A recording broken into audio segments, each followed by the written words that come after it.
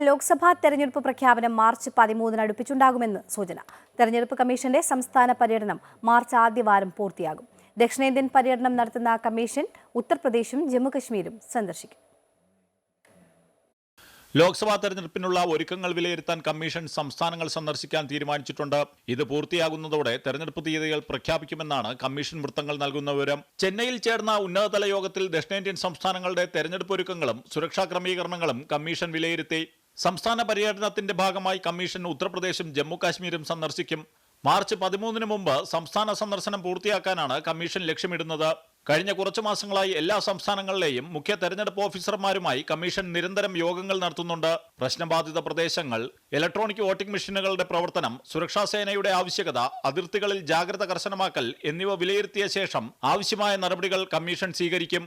ലോക്സഭാ തെരഞ്ഞെടുപ്പ് കൂടുതൽ സുഗമമാക്കുന്നതിന് ആർട്ടിഫിഷ്യൽ ഇന്റലിജൻസ് ഉപയോഗിക്കാനാണ് തെരഞ്ഞെടുപ്പ് കമ്മീഷൻ പദ്ധതിയിടുന്നത്.